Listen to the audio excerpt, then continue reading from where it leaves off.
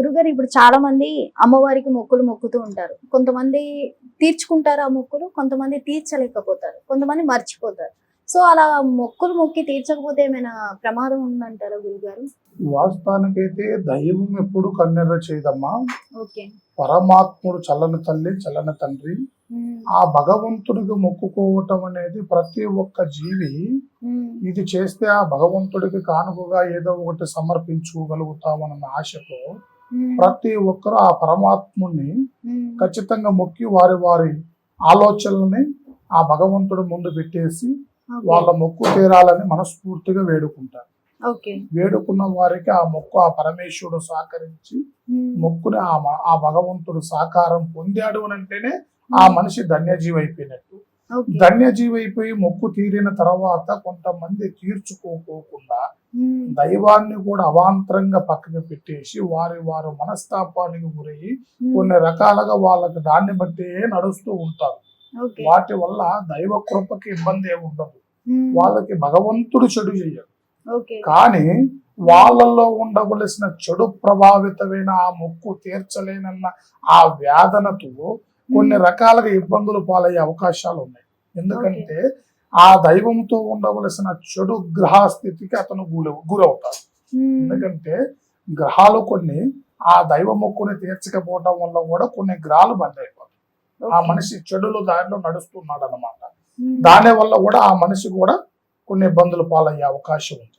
గురుగారు కొంతమంది మొక్కుకుంటారు కరెక్టే, కానీ ఏం మొక్కుకున్నారో మర్చిపోతారు. ఏం ఇస్తామని ఏం చేస్తామని అనుకుంటారు, కానీ అది మర్చిపోతూ ఉంటారు. అలాంటి సందర్భంలో ఏం చేయాలంటారు? అది వాస్తవానికైతే తల్లి దైవ మొక్కును అనేది మొక్కుకొని గుర్తు పెట్టుకొని దాన్ని సమర్పించిన దాన్నే మొక్కు అంటారు. అవును. అతను మర్చిపోయేంత స్థితిలో ఉన్నప్పుడు, అతనికి మర్చిపోయేంత జ్ఞానం అతనికి ఉన్నప్పుడు ఆ దైవ స్థానాన్ని కూడా మనం ఏం చేయలేము. అర్థమైన తల్లి, మొక్కిన మొక్కు గుర్తు పెట్టుకొని సరైన సమయానికి తీరంగానే అతనికి కానుకొని మనం అర్పించటం అనేది ఆ మనిషి ధర్మం. అంటే మర్చిపోతే ఏం చేయలేదు. మనిషి మర్చిపోతే దాన్ని ఏం ఇబ్బంది కలగదు. దాని వల్ల ఏ విధంగా మరి ఆ మొక్కు తీర్చుకోవాలి గురుగారు? అతనికి గుర్తు లేని దాన్ని ఏ విధంగా తీర్చుకునే అవకాశం లేదు కదమ్మా. గుర్తు ఉన్నదాన్నే మొక్కు అంటారు, గుర్తు లేని దాన్ని మొక్కు అనరు కదా. అతనికి ఉండవలసిన ఆలోచనే సరైనది కాదు. అర్థమైందా?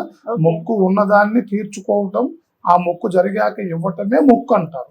అతను మర్చిపోయేంత మొక్కు ఉన్నప్పుడు అతను మొక్కే అనరు. దాన్ని తీర్చే అవకాశం అతనికే లేదు. ఆ దైవ బలం తప్పక మొక్కు అనేది దైవం మరవనీయదు. మొక్కు అనేది దైవం మరవనీయదు. మొక్కిన తర్వాత మర్చిపోయేంత స్థితిలో ఉందంటే ఆ దైవానికి కూడా నువ్వు మొక్కింది కరెక్ట్ కాదు అని తెలుసు. అది నా ఉద్దేశం. కొంతమంది గురువు గారు మొక్కుతారు కరెక్టే, కాకపోతే ఆ మొక్కు తీర్చుకోవడానికి వాళ్ళకి సరైన సమయం దొరక డిలే చేస్తూ ఉంటారు కదా, వాటి వల్ల ఏమైనా సమస్యలు వస్తాయి? వాస్తవానికి అనేది మొక్కుకు సంబంధించిన తీరిన తర్వాతనే మొక్కు సమర్పించుకోవాలి. తీరిన తర్వాత ఇప్పుడు నువ్వు ఫలానా మొక్కు నాకు ఇలా అది జరిగితే ఈ పని అవుతే నేను ఆ పరమాత్ముడికి కానుక ఇవ్వగలుగుతానని మొక్కుకుంటాను. అది తీరింది అని అంటేనే ఆ మొక్కుకి అతను సమర్పించగలుగుతారు. కానీ కొంతమంది తీరాక డీలా చేసుకుంటూ పోతూ దైవాన్ని మరవకోకుండా స్మరణ చేసుకుంటూ ఆ మొక్కుని ప్రతి దాంట్లో ఆలోచన చేస్తూ భగవంతుడా తండ్రి నాది కొద్దిగా పొరపాటు అయిపోయింది, నేను ఇవాళ కాకపోతే రేపైనా సమర్పించుకోగలుగుతాను అని అతను పశ్చాత్తాపడ్డప్పుడు భగవంతుడు ఎప్పుడు ఇబ్బంది పెట్టాడు. ఆ గ్రహాలు కూడా ఎప్పుడు ఇబ్బంది పెట్టవు. ఎప్పుడైతే తీరిన తర్వాత కావాలని ఇవ్వకోకుండా అతనిలో అహం పెరిగినప్పుడు ఆ గ్రహాలు కూడుకున్నప్పుడు ఖచ్చితంగా దానికి పరిణామం అతను దెబ్బతినక తప్పదు. అంటే గురువు గారు కొంతమంది ఆ మొక్కు తీర్చలేరు, అమౌంట్ లేకో సంథింగ్ ఏదో ఒక ఇష్యూ వల్ల తీర్చలేరు. సో అలాంటి పరిస్థితుల్లో ఏం చేయాలంటారు? తప్పకుండా భగవంతుడు సహకరిస్తాడు. వాళ్ళకి ఏ విధమైన ఇబ్బంది ఉందా అనేది ఆ విషయంలో అలా తీర్చలేనప్పుడు వాళ్ళ కుటుంబంలో దైవానికి ఖచ్చితంగా మోకరిల్లి పరమాత్మాని నమస్కరించుకుంటే ఖచ్చితంగా వాళ్ళలో ఉండవలసిన సమస్య 4 రోజులు ఆలస్యమైనా కానీ భగవంతుడు వాళ్ళ మొక్కుని ఖచ్చితంగా తీర్చుకోగలుగుతారు. ఇప్పుడు ఒక మొక్కు తీర్చుకొని ఇంకో మొక్కు మొక్కుకోవచ్చు అంటారా గురుగారు? ఖచ్చితంగా. నీకు మొక్కు తీరిన తర్వాత మళ్ళీ భగవంతుని దర్శనం చేసుకొని ఆ మొక్కు నుంచి మళ్ళీ ఇంకొక మొక్కు మొక్కుకోవచ్చు. అది తీరేంత వరకు మనిషి ఆశాజీవి కదా తల్లి. ఎన్ని తీరినా తీరతనం భగవంతుని అడగకోకుండా ఏ మనిషి ఆగలేడు.